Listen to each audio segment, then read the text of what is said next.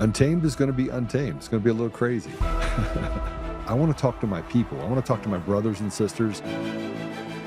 We can have grace and humility in how we interact with other people. Oh, hot dog, look at you. And nobody talked about what's really happening. And let's have conversations about what truth is.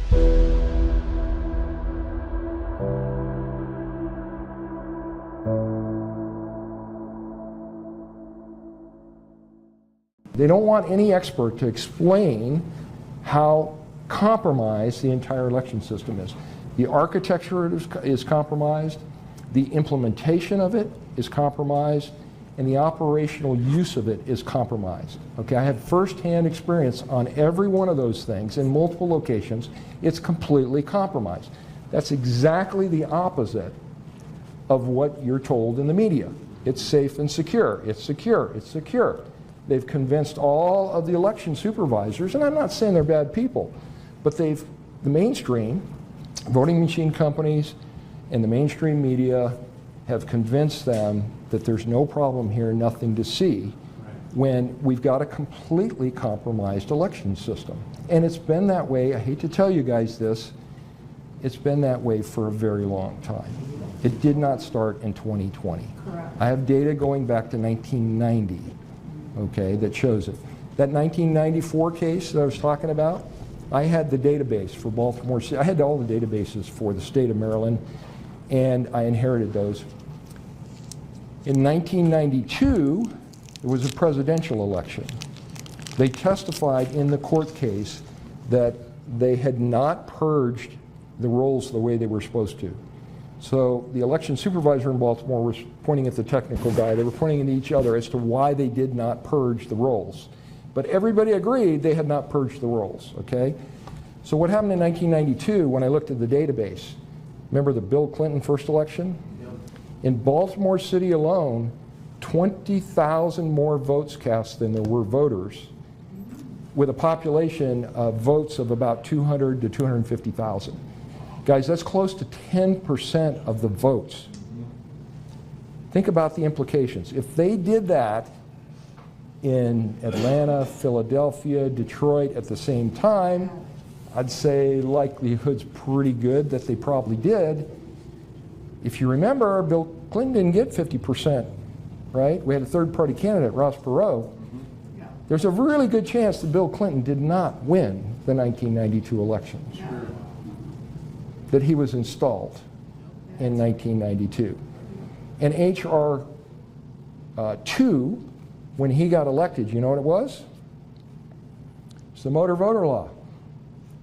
It's the National Voter Registration Act. That was H.R. 2 under Bill Clinton. And they got it passed, and it went into effect. And as soon as it went into effect at the beginning of January 1995, they passed it in 93, the voter rolls began to bloat. So welcome back. We keep getting back into elections. I'm sorry I'm a few minutes late, and let me tell you why I'm late. One, I was talking to the people over in Wyoming they have an election group, an election committee that presents evidence related to elections there. And I've been trying to figure out how, if you haven't heard yet, we have judges. We have a sitting judge in the state of Colorado that wants to blow the whistle on the judiciary in the state of Colorado, and two previous judges that want to do the same thing. So we got 3 judges, and now so I put out a video and I said, hey, listen, by the way, pull that video if you would. I put out a video, and this video was, it's on Facebook. Actually, just take it off Facebook and put it on X, if you would, please, and True Social and everything. But they want to blow the whistle on bad behavior by judges. And the fact that it's rotted, the judiciary's rotted out, and these people are absolutely slave drivers that have done everything they can to destroy the very people they say they represent. And stolen elections been going on for decades. By the way, that was a throwback from Conservative Daily Podcast that the Skiff on X put out. It's about 4 years old. And we had Dave Lindbergh, we had him on the show back a few years ago. Interesting stuff. It's interesting stuff because they think that we're stupid. And the smarter we become, and the more we get to the place where we can understand what's actually happening, the more they want to restrict and put their hands on our throat. Our elections have been stolen for a long time. Now, he talked about 92, 96, 98, 2000. But remember, in 2004, you had Clinton Curtis that actually testified that they were asked to build a system that could flip votes. So they could stop just injecting ballots into it and creating this this puffery that steals elections on the national stage. Now they could do it any election, anytime they want. And they brought these machines in. They treat you like you're an idiot. And you know you're not. And when you see it, they just use the media in order to ridicule you and take away your ability to have justice. And now we find out that the justice system is nothing more than a bunch of slave traders that act as enforcers for organized crime. But Jason Crow, he was a Colorado congressman. This guy's a piece of trash, man. Think piece of trash. He's like, oh, I was in the military. I don't care if you're in the military. What I care is if you have the ability to represent the people you say you represent. And he doesn't. He thinks the government should have control over social media. And again, they want to take the Constitution, throw it out the window. But here's what he has to say. Let's play it. I love the idea that you're introducing this new idea of new patriotism into the marketplace of ideas. But I think too often we have these discussions with the idea that every American, myself included, is this rational decision-making engine. But of course, we live in a world where a very few people with strong corporate interests, in conjunction with social media and traditional media platforms, are heavily influencing what people think and how they think they feel about things. Mm-hmm. And so how do you reconcile that reality with what you're trying to do? Thank you. Thank you. Well, the lack of our common understanding of facts right now and the siloing of information is an incredible threat to our democracy, right? And I see that play out in my job all the time, where you can have several different TVs showing different programs right now, and they paint 2, 3, 4 different realities, right? So I believe if we are in the position of being able to legislate this, which I'm working very hard to do, to put us in the position where we have the votes and the ability to legislate it, I think we need massive reform to social media regulation and algorithms, and particularly for American children. I'm a father of young children, and I can't tell you how difficult it is to raise children in America today with the social media environment that they live in, right? And how corrosive that is. So I believe we need to actually ban social media for young children. We need to take it out of our classrooms, and we need to regulate algorithms that are tearing our country and community and our children apart. Right? The social media companies and the big tech companies have proven themselves irresponsible and incapable of self-regulation. So our government has to step up and regulate it. And we have to build a coalition across partisan lines. And actually, this is an area of bipartisanship, I can tell you. There are many people, Republican, Democrat, and Independent alike, that knows that this is a problem. And it's destroying our families, our communities, and our government. Well, there you go. He thinks that basically, the question came from someone who thinks that they're really smart. Has anyone run into people that say that they're really smart and they're actually not? They're not smart at all? It happens more often than we know. We find ourselves fighting this uphill battle over and over and over and over again. And the people that say that they're really smart are actually the ones that are pretty unintelligent. They're the ones that have been indoctrinated through this deal to say that you should cut off penises and that the vaccine is the only way to go. Only now you have doctors and people coming out saying, I did not give my patients informed consent. It's now coming out. So they want to censor people's ability to get information by saying that the information that you can get is the only information that we give you. I want you to think about that. Like, what kind of world are we in?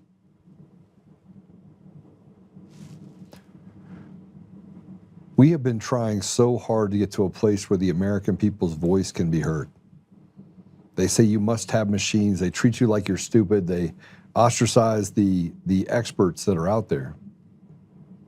And the 6 years of work that were done, they say, oh, you're an election denier. They use it like a slur like you would use against a race. And then they say stuff like, we're the authority. Sit down, shut up, slave. You're the slave. Sit down, slave. And yet we can't get basic, like just give us no mail-in ballots.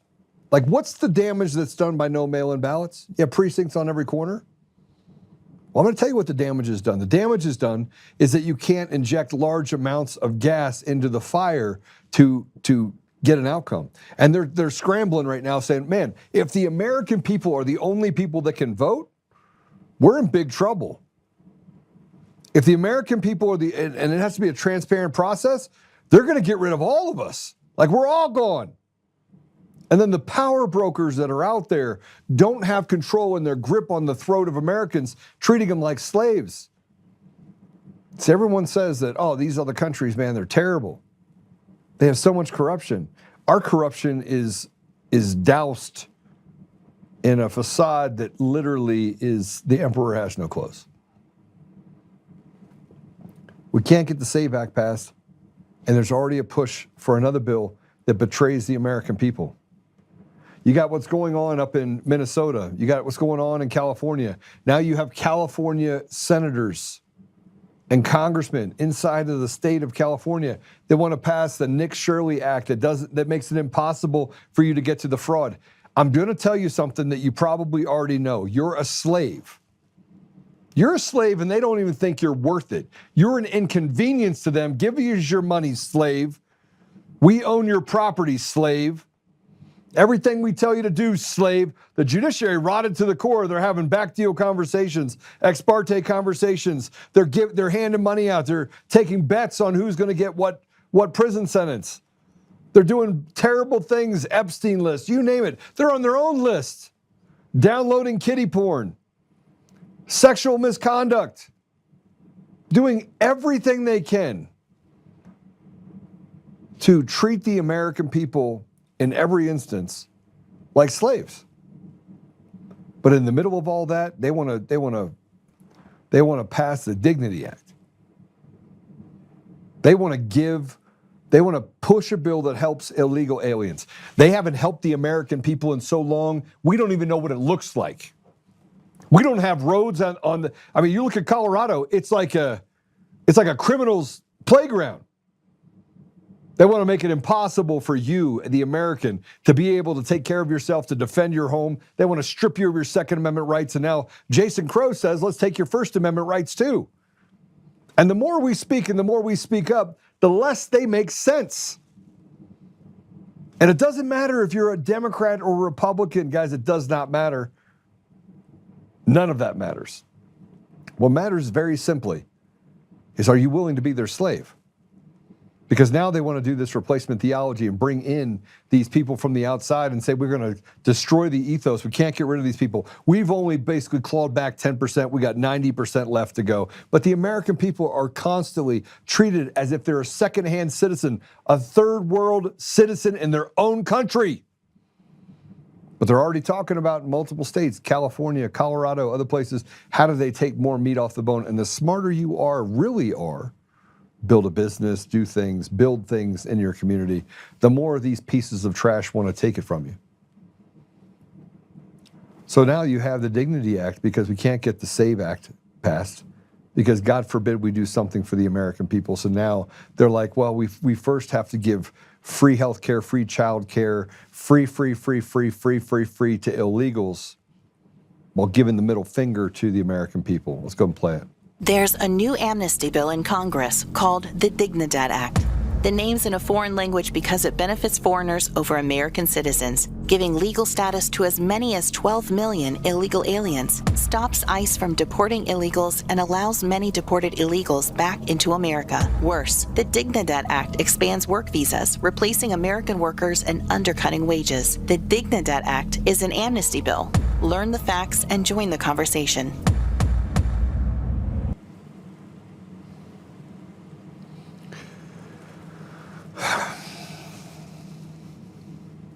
Well, there you go. It creates a legal status for illegal immigrants, rewards lawbreakers, you can't deport them. You have delayed enforcement trade-offs. He claims the bill promises future enforcement in exchange for immediate legalization. You're negotiating against yourself. They get something, you get nothing.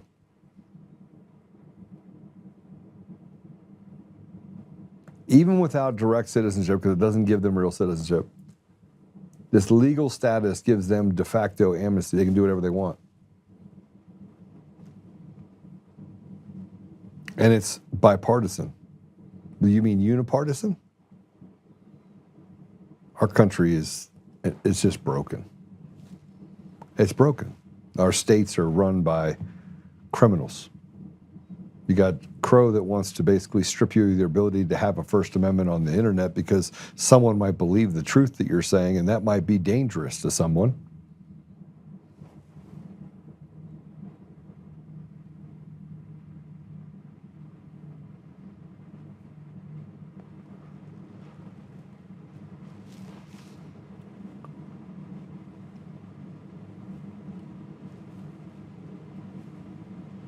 And here's a Democrat senator, by the way. You got to see this. I don't even know what to say. Just play this.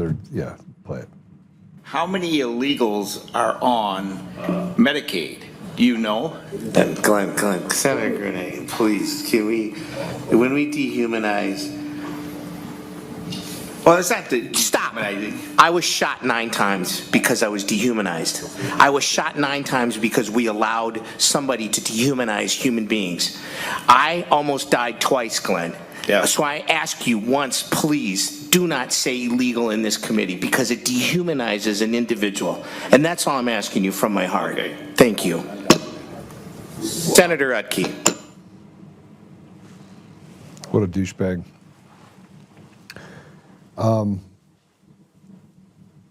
You can't. Every time we turn around, they keep moving the goalposts, moving everything. And in Virginia, they're changing how they award electoral votes in a presidential election because they're afraid of you, the American people. So they just want to change it. I mean, and who better to do that than the CIA governor candidate of Virginia? The CIA.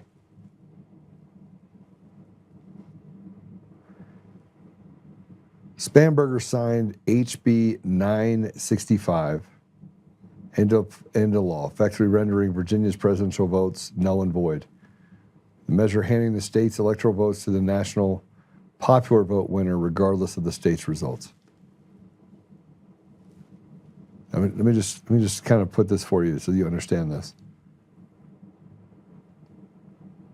They want to strip you of your ability to have a voice. They are changing the rules not because it benefits you, but because it benefits them. And so they can basically just have the Dignidad Act and let 12 million people in. Don't get to the place where you get rid of mail-in ballots. Don't get to the place where you actually render it. Just create an environment where you basically take everything from the people. We're in the middle of tyranny. The example of when it fails to favor the people, you have a duty, not a right, to overthrow it is already here. Let's be honest about it. It's here. Let's go ahead and play it.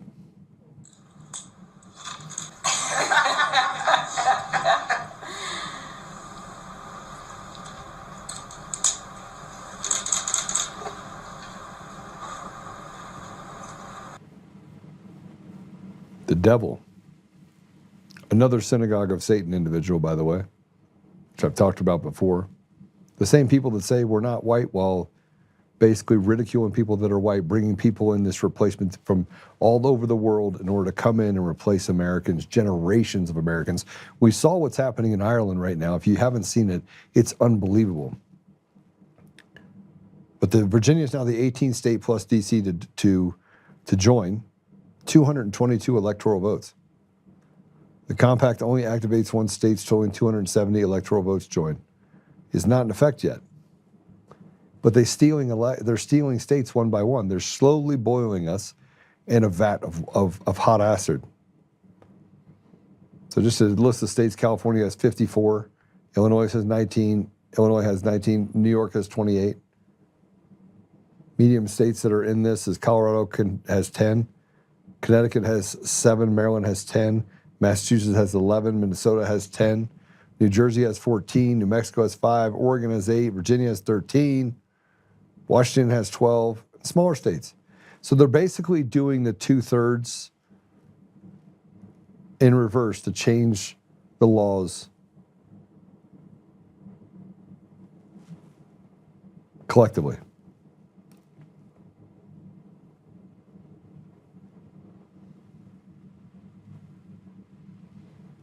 And now we have an update on if that's not enough. If the fact that these retards, these pieces of shit, these traitors to our country, these treasonous traitors to our country, which by the way just keeps getting worse because they keep doubling down now. President Trump was supposed to come in and just wipe it all out. It hasn't gotten wiped out. Now we're just fighting with each other and having to deal with a bunch of BS. And I don't care if you're a Democrat, Republican, or an independent. All three of you, by the way, don't matter. You are a slave. You are an inconvenience to these people. And we started talking about the update on Shawnee Kirkhoff, the one that had the gate analysis, that was the pipe bomber that failed her polygraph test. So now what's happened is that the federal government is going to double down on Brian Cole and hit him, go ahead and put this up here, hit him with another superseding indictment, naming 2 additional charges of terrorism and attempt to use a weapon of mass destruction in this case. You can't make this stuff up. You've got a autistic, barely functional black kid, and you're throwing the book at him for something he did not do.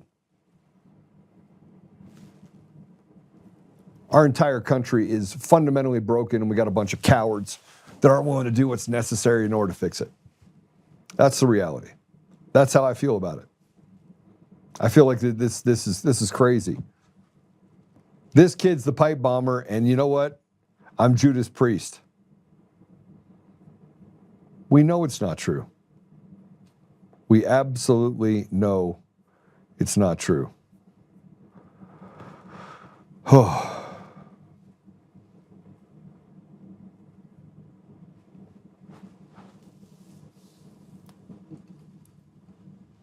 Is he in?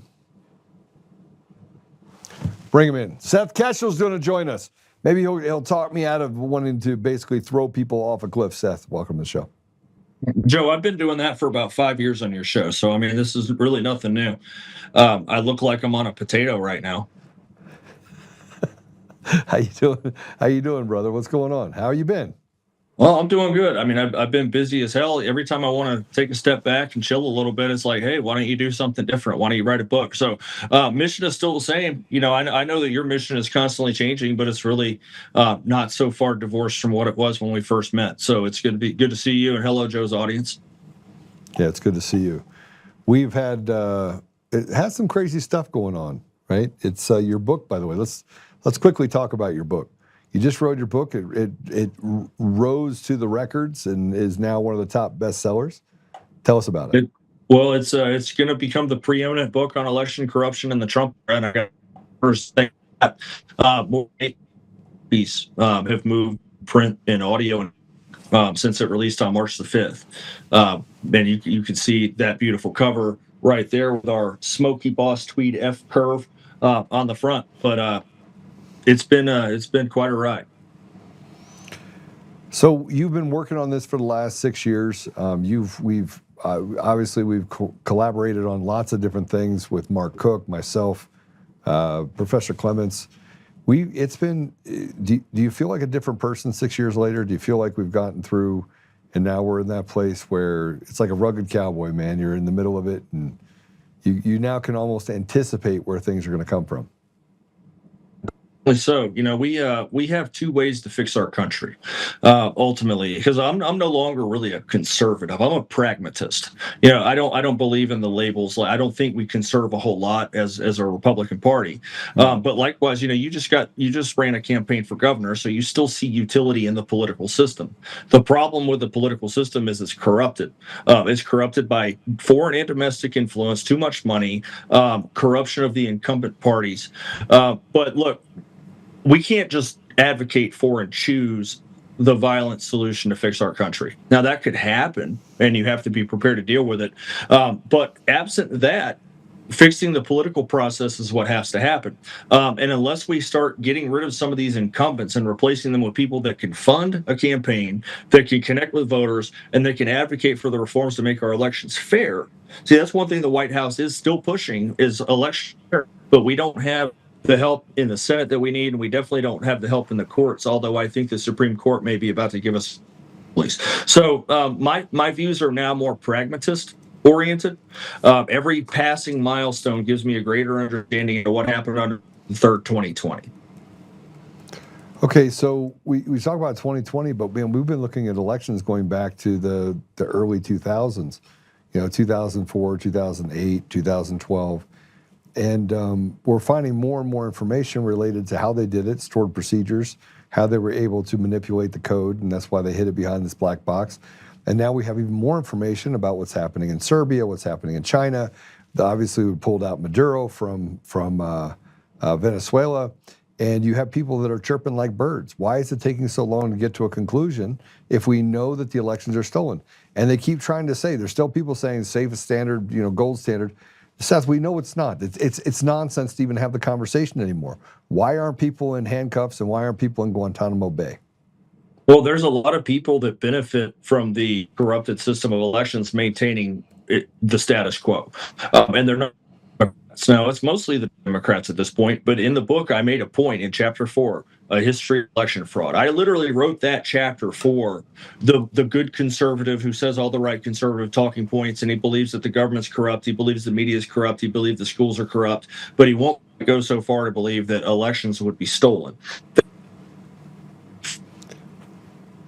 Is that anyone in power is going to do everything possible to stay in way ever since people have been in power, even before democracy.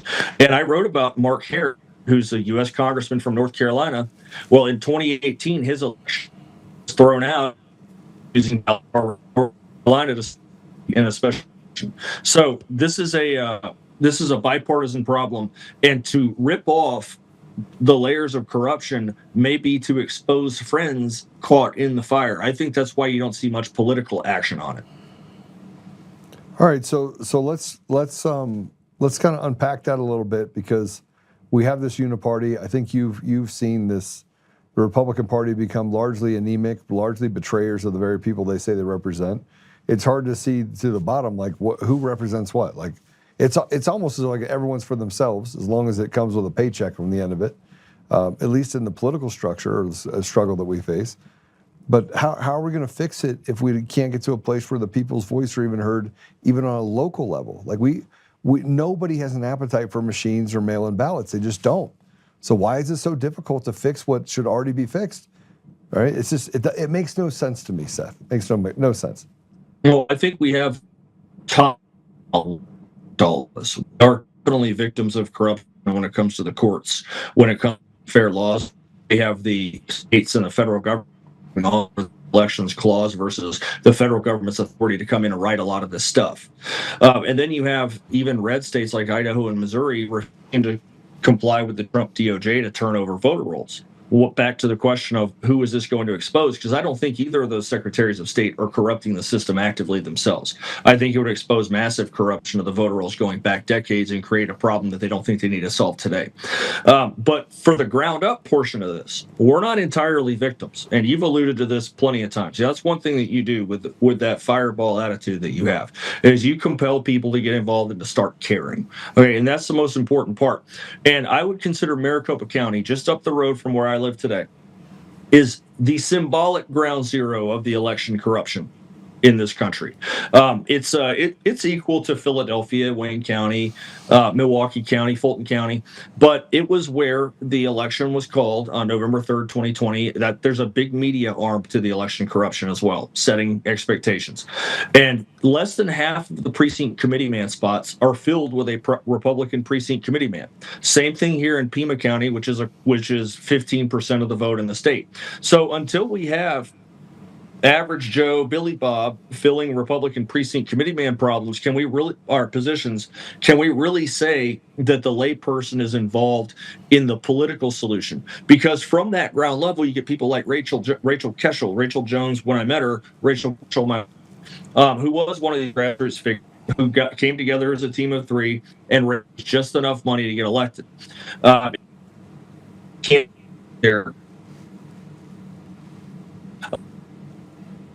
enough boots collect signatures, and we can't even begin to attend these party conventions where the party planks are directed towards good solutions like election integrity. So how do we marry up the top-down problem with a bottom-up solution? And we're 5.5 years into the election integrity problem, and we still haven't grasped that. Yeah, so this is where it gets into the meat and potatoes of the stuff that we were studying 3 or 4 years ago, Seth. I mean, look, we had a lot of information in 2022 after you say Maricopa, which is, ground zero for a audit. We had information, we had reports, we had a lawyer for the Senate inside the Arizona Senate that was able to massage and change the outcome of those reports by Doug Logan. And he said on this show, he said, Joe, I couldn't tell the people everything because it would have created a constitutional crisis. So we know, we have volumes of information right now. And we're heading into one of the most important elections. We keep saying one election's more important than another. President Trump wins, but they're still stealing elections. And we're now getting a regurgitation of the information we already saw 2 or 3 years ago. And now people are surprised by it. Like, I can't believe whoa, we've got it now. And you and I are looking at each other like, what is happening here? No, I agree with you. The 2024, my at 20 concerns that were validated. The model was the votes electoral states and to lead certain states to trend as they otherwise would. So you have Texas and Florida becoming Republican blowouts, and then you have New York and California losing millions of votes of margin each. Yet the existence of the corruption machine still exists because in California, Harris trailed Biden by 1.8 million votes. In social studies, presidential elections understand that somebody running from their home state has a home field advantage. So how does Harris lose 1.8 million Biden votes in her own home state? Trump barely gains any votes at all, yet cuts 9 points off of the total margin. Yet the Democrats in December flipped 2 U.S. House seats that the Republicans held. So one of the main legislative problems we have in this country comes from the top of the ticket election cheating. In 2020, 2022, 2024, I can count 9 Republican Senate seats that should exist otherwise. That would not be a 53-seat majority. It would be 62. We'd be having a much different conversation about where the SAVE Act is today with 62 GOP senators in a thicker Republican House majority. Correct. So I mean, are we doomed going into this election? I mean, we won't pass the SAVE Act. And by the way, it's Republicans, not Democrats, that are stopping it from happening. Right? Yeah, and the reason why they give is that there's no problem with our elections. From a piece of shit, John Thune, an absolute garbage heap. Well, Lisa Murkowski's even worse. Murkowski's a political dynasty from Alaska who survived a Republican primary she lost in 2010 and ran a write-in campaign and harvested every single ballot from every village in the frontier of Alaska she could find to get back in, only to come back to Congress and represent a Trump plus 13 state. And tell people that you don't need this because a few people in Alaska might have trouble getting an ID. This is how the uniparty operates. My forecast for the 2026 midterms has the Democrats likely to win the House. A lot of that is based on historical trends for 92 years and how the president's party fares. But the Senate, it's a tough map for the Democrats, but they definitely made a number of races potentially competitive by their inaction. But Joe, I'm not so confident that the Republican majority likes to be in the majority. I think they like to be in the minority where they can rail against the party in power and raise funds as these super conservatives with no pressure to actually do anything. Just is amazing. We've been talking about the massive amount of fraud for so long that it's almost So this, by the way, I want to play this to get your thoughts on it. I have a couple of things I want to play, but this one is Tina discussing the image on the Dominion server before the Secretary of State came in. Play cut 2. for people that don't know what's going on, I took an image of the Dominion server before the Secretary of State came in to what it turned out to delete election records. 4 people simultaneously were being raided at the same time, including myself. So they are looking for anything and everything to try to discredit us or discredit me as a whistleblower because of what we found on these Dominion machines. And I took steps to investigate the results of the 2020 election.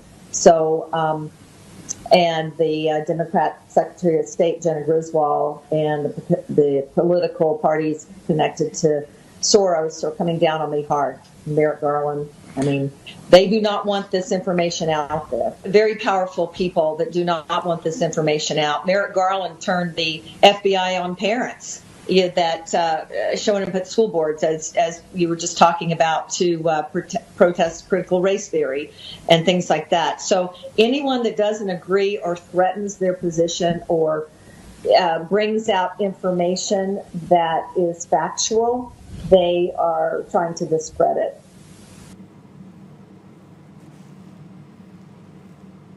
We've seen it over and over and over again. Everyone is an election denier. Everyone is bad, except for the very people that are doing it. And if you look over the last 20 years, Seth, the record is 0 and probably 2,000 of whistleblowers or people that have come forward with information that were not slandered and put into a hole. FBI whistleblowers, IRS whistleblowers, election whistleblowers. Tina Peters sits in jail for 9.5 years. There's 0 amount of tolerance given to those people that do the right thing. Well, the problem is the people that make all the decisions in this country are the ones that are steadfast in those positions. The people themselves, 40% of Americans at the time of the 2020 election believed that election was tipped by fraud. And it was only 42,918 ballots between Georgia, Wisconsin, and Arizona that tie of the Electoral College. 42,918, that's nothing. 10,457 here in Arizona. So, but the people over the years, you and Dave, other people that went around the country talking about election, up to 66% of Americans in 2024 didn't trust American election system. It's still 62% according to Rasmussen reports. So now it's holding steady that 3 out of 5 Americans don't believe of elections is trustworthy, and this is why you see the Overton win shifting now to where there's so much heat on the Senate to pass it back. That doesn't do us a lot of good here in the short term, but you can just test it out online. I recently waded back on that. I don't like the platform because it's so tough. If you post fraud related things, you don't find all the trolls showing up anymore because there's far fewer of them to troll you about a topic everyone knows exists. That's why I created the phrase electile dysfunction and all of the symptoms that go with it, because you have to be able to throw the ridicule right back at them. Yeah, so we throw the ridicule back at them. It doesn't seem to have any teeth. And maybe I'm being a little bit more, brash about this in particular, but there's got to be a way to get this information. I feel like every time I have a conversation with someone in the Trump administration, or if I talk to someone in Congress, I have to start at 0 and build it back up. It's as if they're not even paying attention to what's happening in our society. Yeah, I share the same frustrations. I knew from the get-go that it was going to be very hard to pass any meaningful legislation through the Congress, which is the major issue. Some things that we need to pass amendments for, but there probably are ways. Now, I mentioned earlier that I think the Supreme Court is going to accidentally throw some relief at the elections problem, and the way these work, a few more things. So there's a case, Watson versus Republican National Committee. Watson being the Secretary of State of Mississippi. I'm not so sure that he's not running this case on purpose just to get defeated, just so there could be a precedent now. But Mississippi is far from a problem when it comes to elections. But they do have laws that allow for the counting of late absentee or mail-in ballots. So all 6 Republican-appointed Supreme Court justices appear to be highly frustrated with Mississippi's argument that we should be allowing late counted mail-in ballots, and they're constantly reinforcing the language, election day, election day. It has to mean something. So I think we're going to get a decision on that case that late arriving mail-in ballots are no longer valid. And that's going to really hurt states like California, Nevada, Oregon, Washington that have used that. I think Colorado counts theirs a little bit quicker than a lot of the other states, but as you know, you middle of mail-in ballot help. So if we can get some relief there, then we could potentially extend the argument to deal with early voting, which the early vote period, especially in Pennsylvania, 7 weeks before Election Day, the mail-in ballots are going out. If that gets cut, then we're going to see some big-time relief when it comes to mail-in ballots. Okay, so let's say they give you a relief. We're still dealing with the fact that we had an executive order that was supposed to get rid of those. What did it not? Well, the left went out and sued every court they could to get most of that order tied up, which is exactly what's going to happen with the most recent order. But I think that was probably by design to expedite it to the Supreme Court. That's why the last order was pretty narrow, dealing with the state's postal service rather than the states to verify who's going to be getting a mail-in ballot. The states also have to sell it. So that fact that these states with are not then that the very difficult work that we do to try to move the fraud down, the very hard one thing that's worked against us for all these years. Yeah, I missed some of that because you broke up, but I think I got the gist of what you're saying. But I do think that President Trump specifically said that you can't have mail-in ballots, correct? Well, you can have them. Like Florida had for ADA and narrowing the line of who can get one. Well, so like Florida, areas we are in Arizona, 3/4 of the ballots come in, and we have citizens who are addicted to the mail-in. To me, today, unless you keep breaking up. We're getting like every third word. All right, let me come back up in your chair. Okay. He's going to go out and come back in. So what he's doing, he's talking about the narrowing of what's happening. If we had the SAVE Act, we would at least have another layer on this. But the Democrats are out there fighting against it tooth and nail because you're taking away the ability for them to cheat. Now, nobody wants to talk about that, but that's the reality. And it doesn't just cheat for the Republicans. It cheats the Democrats out of proper representation too. And the only people that want to be involved in elections are people that are relatively weak, as far as being elected to office in most instances, because you can't get into. Nobody that's competent wants to sit in line and go through the different processes that are necessary in order to become elected. Now, as I said that, I was like, listen, there's a lot of really good people that are running for office, and I want to be clear that, frankly, if you have strongholds where the Republican candidate can get into office, great. But in most places, it's a 49-51, you win by 20 or 30 votes because they've basically created an environment where that becomes standardized. Is he back? All right, bring him back in. All right, we got you again? Yeah, we'll see how this works. Having all kinds of fun today. What's that? You connect back to the internet? Look, my Wi-Fi is being stupid today, so I'm actually on cell service right now, so we'll see how that goes. Okay. All right, so give us an update on you. I mean, we've talked about all these elections. It's been a tired 6 years. How are you doing? You're now in Arizona. You live in Arizona? Yeah, live in Tucson. Still busy fighting the fight. I'm the first gentleman of Arizona's 17th legislative district, so I do a lot of support for Rachel. We're up to our eyeballs in elections this year. It's going to be a tough year. Midterms are like that. Our district is also the only district where Trump ran left of his 2020 numbers in 2024.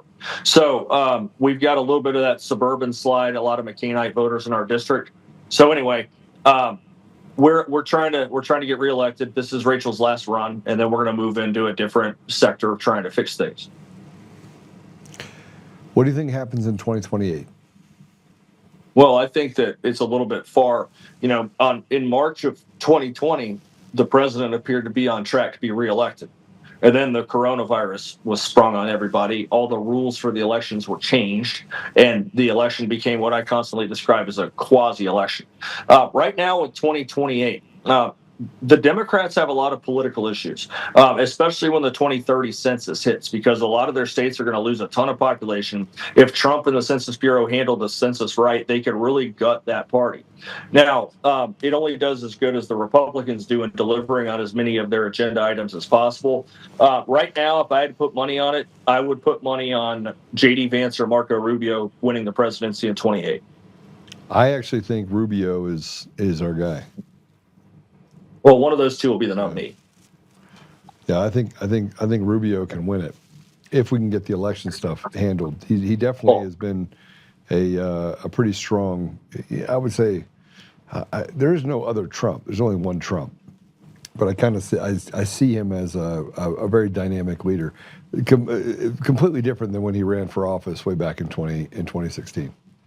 Yeah, I think he probably broke a lot of the ties that moored him to an ineffective platform. That's the read I get on him. He seems to be much more of a pragmatist than I remember when he was early in his time in the U.S. Senate. Yeah.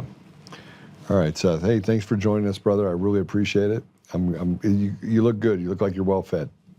No, well, Rachel put 30 pounds on me, and we built a gym in the garage, so we're going to have to do a 225 bench off sometime, Joe. See how that goes. We say win, bro. We say win. We start with push-ups and do whatever you want. Just say win. All right, good. Win. Well, how about at the Douglas County Fair, June 26th and 27th? I was really glad to hear that you were coming out. I was talking to Heidi, and I told her, I was like, Seth Keshel, you got to have Seth on there for sure. Yeah, well, we'll do it then. We'll bring all the equipment. How about reps for vets? We can just go right down the street. We can go right down the street from me. Reps for vets. Done.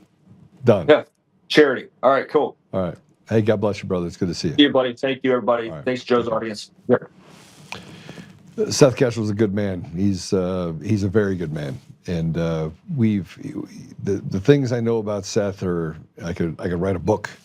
Just about that. I wonder if I could write a Seth Keshel book. See how that would go over well. You'd probably get mad at me. We're going to take a quick break. When we come back,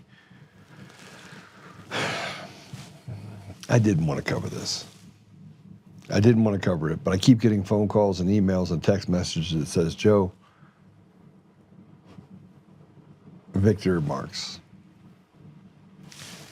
Now listen, I think I buried the hatchet with Victor Marks on Saturday at the assembly. Walked up and he said, we're all in it for the right reasons. And I was like, okay, sure. And I shook his hand and I walked away.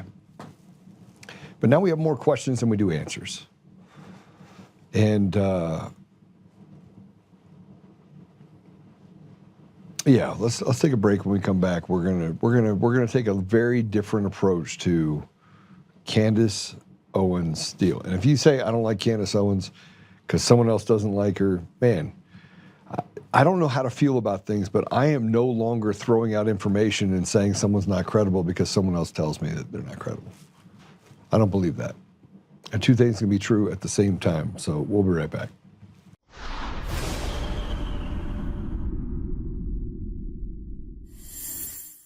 Hi, I'm Joe, Supreme Leader of DCF Guns. What is DCF Guns, you ask? We're the best damn gun store and range in the universe. Do we have guns? We have all the guns. We got small guns. We got big guns. We even have beastly guns. We offer all types of training, and we have 5 ranges across our 3 locations. I'm a good shot. And of course, we have all types of ammo. We even have flamethrowers. Woo! We offer incredible membership opportunities, and members save even more on guns, ammo, and accessories. Come join the DCF family today, where we keep the range hot and the deals hotter.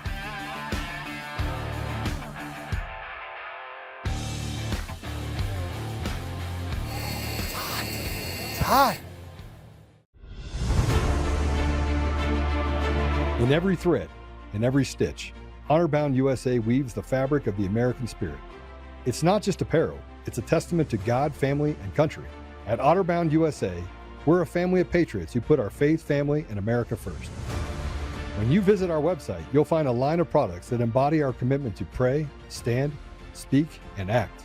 As the official site for the Untamed podcast, all of our products proclaim speaking the truth with courage. We also have the powerful documentary from Professor David Clements, Let My People Go. Identify yourself as one of the few who are willing to stand for what they believe in. Join the Honor-Bound USA family today. Wear it as a badge of honor, commitment to the values that shape us, and a pledge to the bright future we will build together.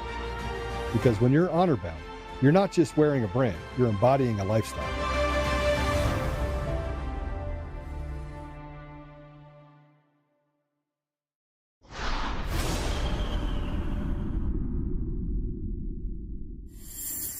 Now, on background, you should know that his real name is Vaughn Victor Kennedy. Well, he says it's Vaughn. His military record says it's Vo with no N at the end, but we'll say Vaughn Victor Kennedy. Now, by the time he was 17, he had lived in 17 homes and attended 14 schools. He was involved with drugs, fights, and theft in high school. He regularly tells the story about the abuse that he endured at the hands of his stepfather, a man that he refers to as Mr. K. But his stepfather's real name was Glois Dean Kennedy. And his stepfather served in the Army and did counterintelligence. And thereafter, he ran an international drug smuggling ring out of Jamaica, for which he eventually pled guilty and was convicted of conspiracy in 1987 for attempting to import 1,400 pounds of marijuana from Jamaica. Also charges which included money laundering, aiding and abetting. He was sentenced to 14 years in prison. Okay. Now, Victor's brother, Mike Kennedy, who would go on to become an attorney, also pled guilty as the co-conspirator in that drug trafficking ring. He took a plea deal, so he only served a year and a day in exchange for testifying against his stepfather, Glois. What about his biological dad? Victor Marx's biological dad was apparently cut from the same cloth. His name was Karl Marx. Okay? And he was a pimp, a drug dealer, and also a world-famous martial arts expert who spent time in a mental hospital for his homicidal tendencies. Now, I know what you're thinking. You're thinking maybe Victor had angelic grandparents who kept him safe from all of this dysfunction, but you would be wrong. Now, unfortunately, his grandfather, on his dad's side, killed his grandmother before he turned the gun on himself and committed suicide in public. What about Victor himself? Well, Victor killed a man at the age of 7, but to be clear, Victor is very open about that story, as he is with every story. Some people don't believe his stories. I'll let you be the judge.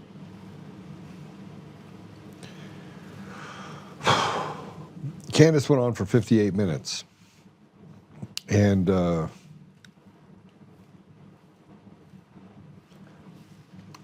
I went and met with Victor Marx before I announced that I was going to be running for governor of Colorado.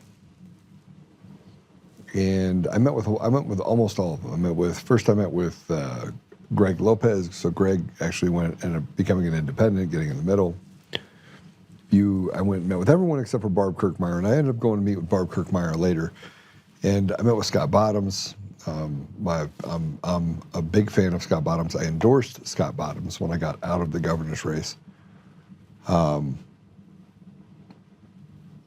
don't have to agree with everything, and I'm not going to preface this by saying that Candace Owens is a bad person, because she's not. If you think she is, something's wrong with you, not me. Because enough people have said things about me that frankly are absolute crap, and she's not a crazy person. She's not crazy at all. But vetting is important. And so when I went to go meet with Victor, I sat down with him. I got to do the tour of his property in Colorado Springs, outside of Colorado Springs. And I was really good at what I did overseas. I was really good. I was exceptional, actually. And something didn't sit right. And so when I don't participate in anybody else's idea that they want to go dig up stuff on other people. I think that's completely, it's antithetical to who I am as a person, because if I'm digging on you, it's because you did something really, really, really bad. Running for governor doesn't rise to that level. But before I actually went to run, or as I was getting ready to run, I called a few people that I know and I was like, let me see the file. And they're like, what file? And I was like, you know what file I'm talking about. And I knew there was a file. And so I looked through the file of information, and I'm not talking about the file that Darcy or Corey or anybody else put together. This is a file of, here's our preferred candidate, and Democrat strategists do it, and I have friends on both sides. I'm a technologist, right? So I have friends on everywhere, and I wanted to see it. And it was compelling. It was compelling, and it wasn't compelling from the standpoint. I almost feel bad for Victor, because Victor's a victim of his own environment, and I don't know which part of what he says is true or not true. I just know that a substantial amount of what he does say, there's probably some truth to. I'm bipolar. I have mental illness or something happening, homicidal thoughts, things like that. That's probably true. I hope it's less true and maybe hyperbolic, because the fact that someone with those issues would want to run for office is problematic. But there's a lot of them. You have Jimmy Sangenberger in Colorado. He's a self-proclaimed media personality. I don't think he has an audience at all, but Jimmy is on the radio. He was he's just a weirdo. But he was also institutionalized, so that he wants to be inside of government. And you have other people like this kid Nick down in Colorado Springs, again, another mental case, and you have all these people that are mental cases that get involved in politics. It makes me go, man, that's why our laws, everything's screwed up, is one, we have nutballs being put in office and because they could easily to be controlled, and two, nobody wants to be around nutballs. Sorry. Vetting is important, but the more information I got on Victor, the worse it got for me. And I was like, wow. And then he started attacking me, saying that I was a part of a mean girl, he called it the kindergarten cabal. I don't punch down. You can ask Patrick, you can ask Damon, you can ask Apollo, I just don't do it. If you don't take a shot at me, I'm not taking a shot at you. I'll just feel sorry from you from this side. And people are like, well, this person's bad. I mean, if you do stuff like John Thune, he's a traitor to the country. Senator John Thune, he tells us that sit down, slave, we're not going to pass the SAVE Act because we don't want you to kick me out of office. Same reason why we don't have term limits. But this is how Victor responded. This, by the way, how Victor responded to the 58 minutes, which, by the way, I haven't even watched all 58 minutes. I didn't watch it. I have not watched it yet. People are like, did you watch it? And I was like, no, I have not. I've seen tidbits like this, but I have not watched it because I've already seen the file. I know, and I've already had conversations with Corby. I've already seen it. I've seen this show. The issue is that he's running for office, which we're going to talk about in a minute, and he presents himself as someone that he's not. It's a mirage. And it doesn't take a rocket scientist to figure that out. This has nothing to do with him running for office, so if you want to support him, support him. But why did he show up to the assembly with 12 people in tow? Why did he stay behind? There's a lot of questions. But here's how he responded. Well, all righty then. Love you, Candace. Let me know when you want me to come on the show. Praying for you.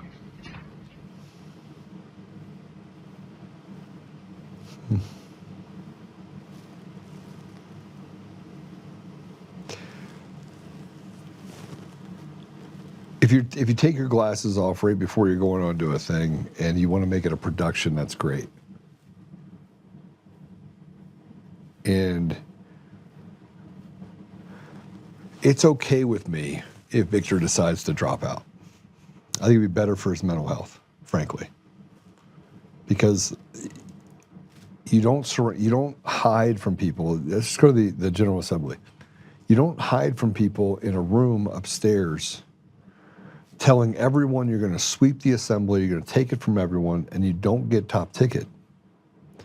And now there's 80 votes more than you had people that were in the assembly. If you want to know what happened in Colorado, you had the assembly, there was credentialed, and then versus credentialed number of ballots, there was 80 more votes than we had people. Which they explained it away and said, well, you know, it was because you had the vice chairs and the chairs, and so they left, or excuse me, they didn't have badges, so maybe that was the discrepancy. And I go, okay, that checks. But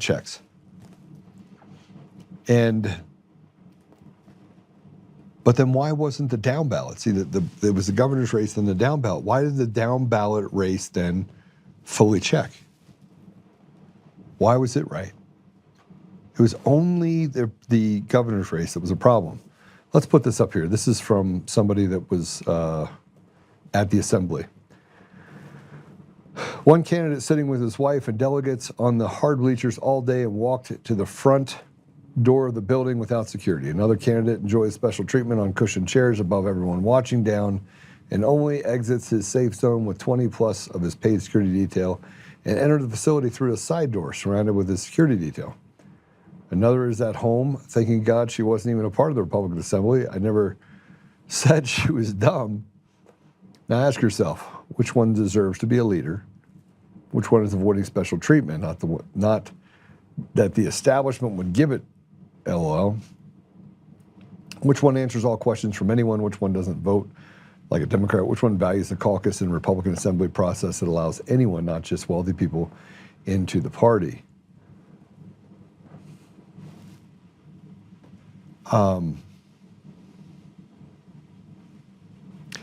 We have a problem inside of it. Look, everyone wants there to be a hero, and Ryan said this on a show that maybe Joe, you're not the hero that we deserve, but you're the hero we need right now. Can't figure out if he's trying to insult me or if he's saying that I'm basically Batman.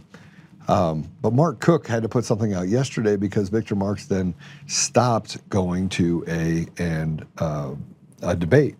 He backed out of a debate. And you should debate, right? You should be debating. You should be able to debate. And so I put this up. This is Mark Cook. Victor Marx says that you have to vote for me to see who I am, candidate for Colorado governor. He just declined yet another debate while other candidates gladly show up and meet the voters. If you won't face the people before the primary, why should they trust you after? Those are the fake, do not debate, don't ignore the signs, people.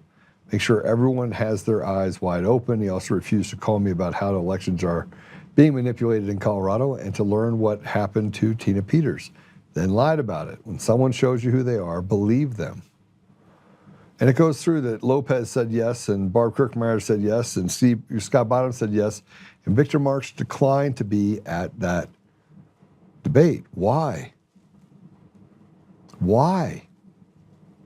And it was a pretty simple deal. And we have our issues in Colorado with people not getting along. I get it. I showed up last night to a Tea Party meeting expecting that I'd get some hard questions, and I did. I spoke for about an hour and 15 minutes, told them what I planned on doing. But everywhere I turn, I get slandered. Everywhere. And they say it's all Joe's fault. Well, you know how Joe is. You know how Joe is. No, how am I? And there's this guy out there, his name is Jeff Hunt. I mean, you can't write this script. You cannot write this script. Jeff Hunt has been talking about me and saying things about it's Oltmann derangement syndrome. It's all over Colorado. Start with this guy named Ray Garcia. He's super fun.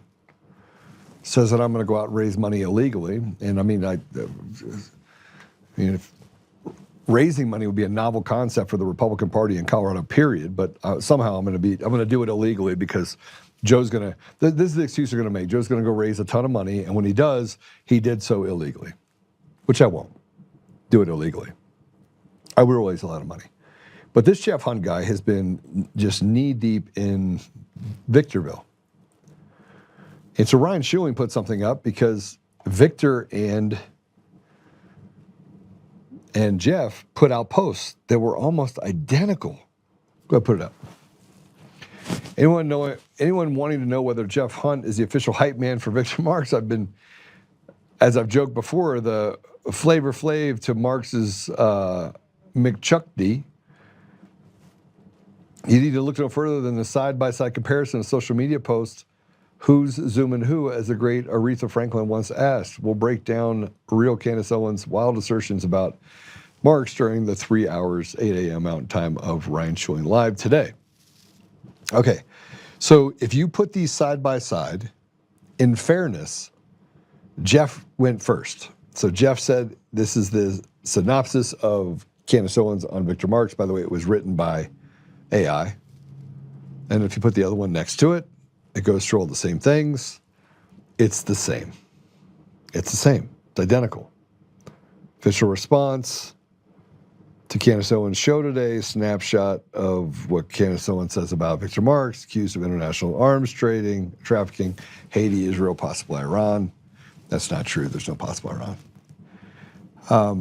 But they're identical.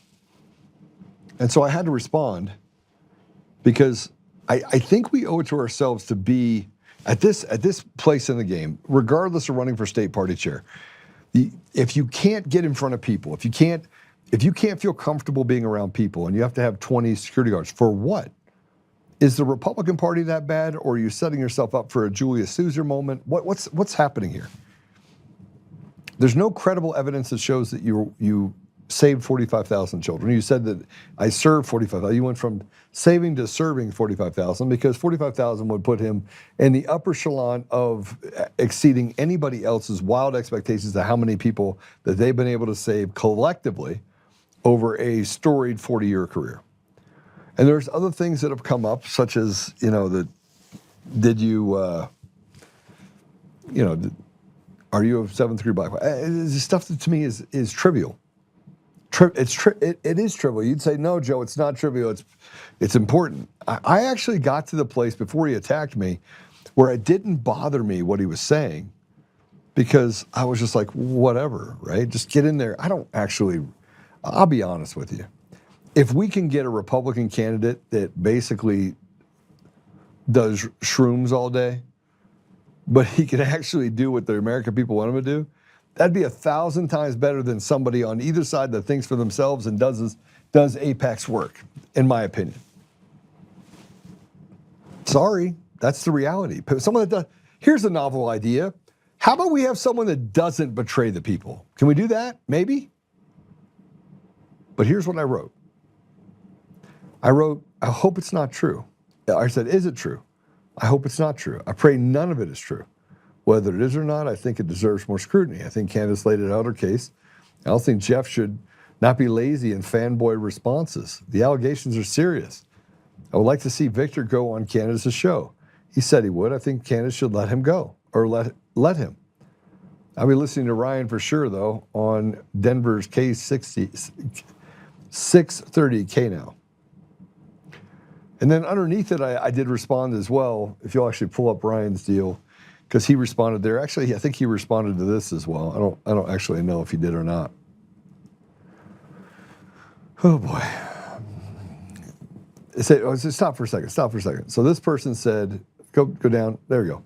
Nothing Candace says is serious. Matter of fact, if Candace attacks someone, my support for that person only grows. And I'm thinking to myself, something's wrong with you then.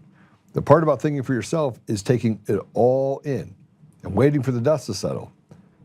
I'll never throw the baby out with the bathwater. I want to know what the truth is. Do I think that Candace is credible? Yes, I do.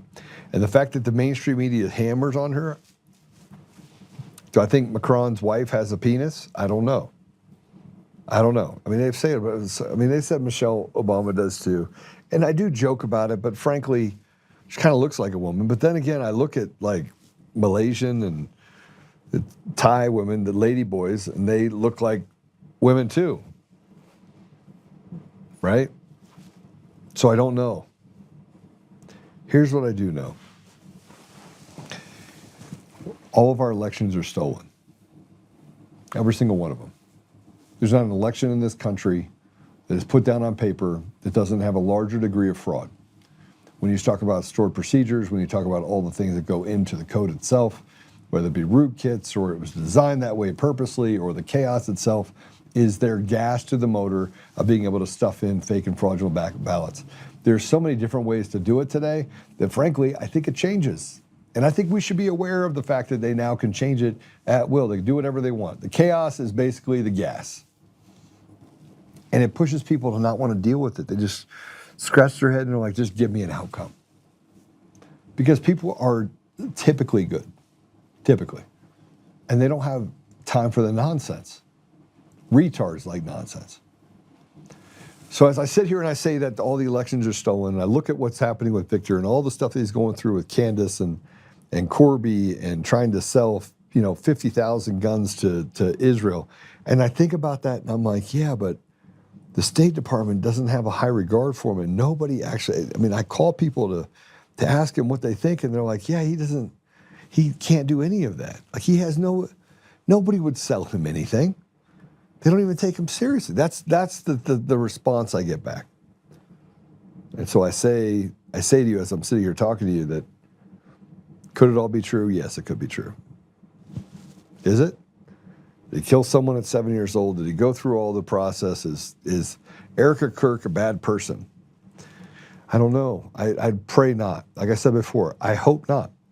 I hope it's not true. I hope none of it's true. I hope that Charlie Kirk was killed by some disgruntled guy. Why?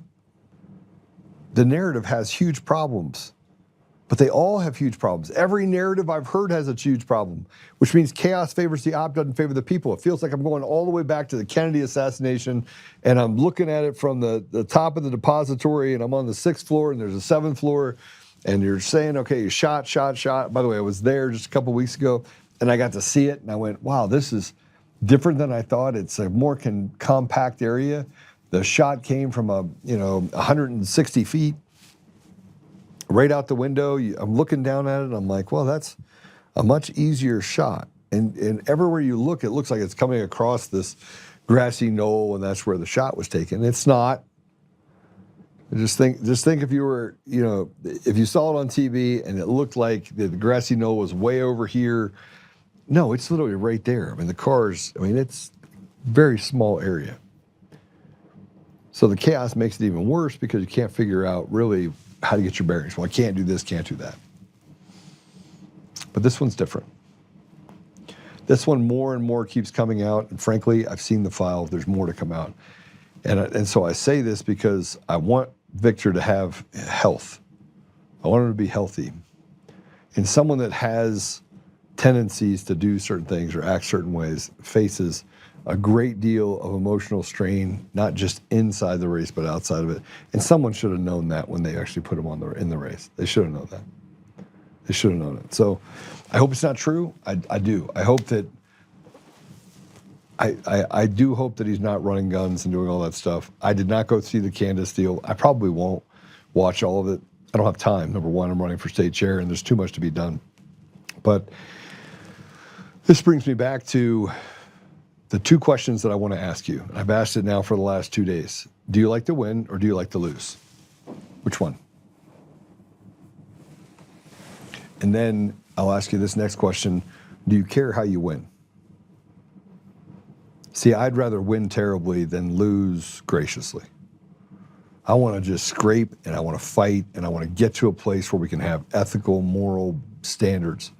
And I don't care how messy it is as long as we win with that mission in mind. So think about that. He becomes a candidate because somebody chooses him, and we go through all this. We still got to get to a place where we can actually ask ourselves a question, and that is, can we win with that candidate? And those are the things that I think you have to ask. Let's see what we got here. Both Erica and Marks, I'm more inclined to believe Candace. Yeah, I think a lot of people are. She had over 1 million people that watched it in a 2-hour period of time. An autistic black man planted the pipe bombs. No, he didn't, but I think I know where you're going with that. And now I can't believe it. How can I believe anything the government says? You can't. You can't, because you're a slave. And the sooner you actually figure out you're a slave and that they're now saying they should take away your right on social media to speak, and that you're not smart enough to come to your own conclusions with what's sitting in front of you. And I know you should say that the grass is green, but I'm telling you it's yellow. Your grass is yellow. It's not green. That's the stupid of what we're dealing with right now. So, all right. So I'm going to get going. Apple Podcasts, Google Podcasts, Spotify, Pandora, iHeartRadio, TuneIn, and more. I had a great show today. You get a chance to go watch it. Go give me your thoughts on it. The judge is going to be a monumental task. Like, I am like exhausted sitting here talking to you right now.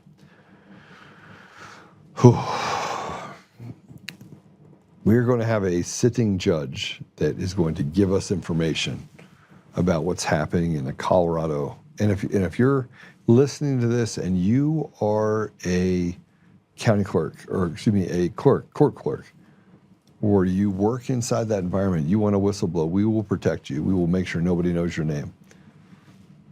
No one knows your name. They won't know your name. They won't be able to hear your voice. We will guard everything. But it'd be nice to have more attorneys to get on board on this show, more judges, and literally just break it down and show the American people that our judiciary is literally the devil reincarnate, because that's what it feels like. All right. Where's the show? I haven't done it yet, Murph. I haven't done it yet. It's going to be a big one, though. It's so big that it's really big. It's so big I had to bring it to you, and then I was like, okay, I got to create cover. So the first thing I have to do is I have to create cover for the people that are coming forward, including the sitting judge and then previous judges, and then we want to be able to get lawyers in. And by the way, you can look at any one of my social posts, any one, the video on Facebook or otherwise. You can go to any of it, and you'll see people that are just stacking up on it, going, "This is what happened to me in family court. This is what the judge did." I mean, it's literally infecting itself in such a way that everyone wants to get into the action. So there's no question that we've actually hit a nerve, because I have someone that is that works inside of. Okay, I probably shouldn't say that. It's going to be a really big show. It's going to be a big show. I'm not going to say anything more, because I can tell you right now, they watch my shows every day. So, hi, Mom. They watch my shows every day, and they do so just so that they can come up with some more fodder. But this is going to blow it out of the water. It's going to blow it completely out of the water. So it'll be good. All right, let's pray. Can we pray us out? Father God, we just walked through a lot. We know that our elections are fraudulent. We know that we're here for restoration. We know that there are many things that you've asked us to do collectively in order to get to a better place inside of society. So this restoration that we kind of push towards. And we're grateful, Father, to be born at a time such as this and to be involved here where we are. But we're battle worn, and we feel like we're dealing with a lot of different parameters that maybe we're not. We don't exactly know what the outcome is going to be. So, Father, I just ask you to give us wisdom and give us discernment, and allow us to stand together and do what's right by the people that we are chartered to represent, our brothers and sisters in our community and in our country. Help us, Father, that we can see this through. We can maintain our courage and commitment to each other. And help us, Father, that we may make sure we maintain a grounding, bringing things back to you rather than thinking we have all the answers. So, Father, I ask these things humbly in the name of the Son, Jesus Christ. Amen. All right. So we're going to have judges for the judges. We'll get it all done. Still don't have the truth on the Kennedy assassination, make elections great again. Yeah, I'd like to do that. All right. Hey, God bless you all. I will see you tomorrow.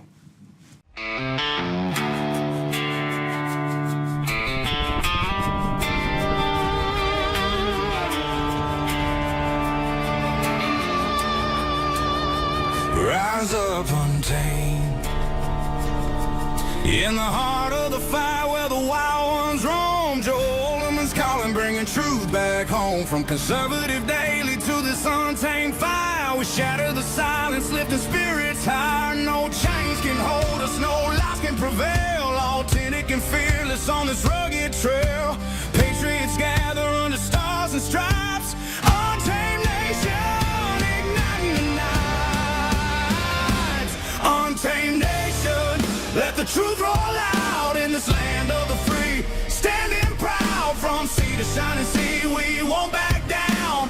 Catch the fire, wear the crown. Untamed nation, it's our battle song, motivating hearts where the brave belong. Yeah, untamed and wild, forever strong. Play it again all night long.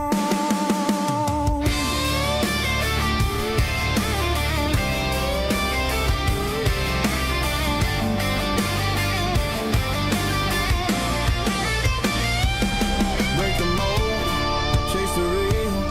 No more games, time to heal. Joe's voice leads the untamed crew. Truth matters through and through.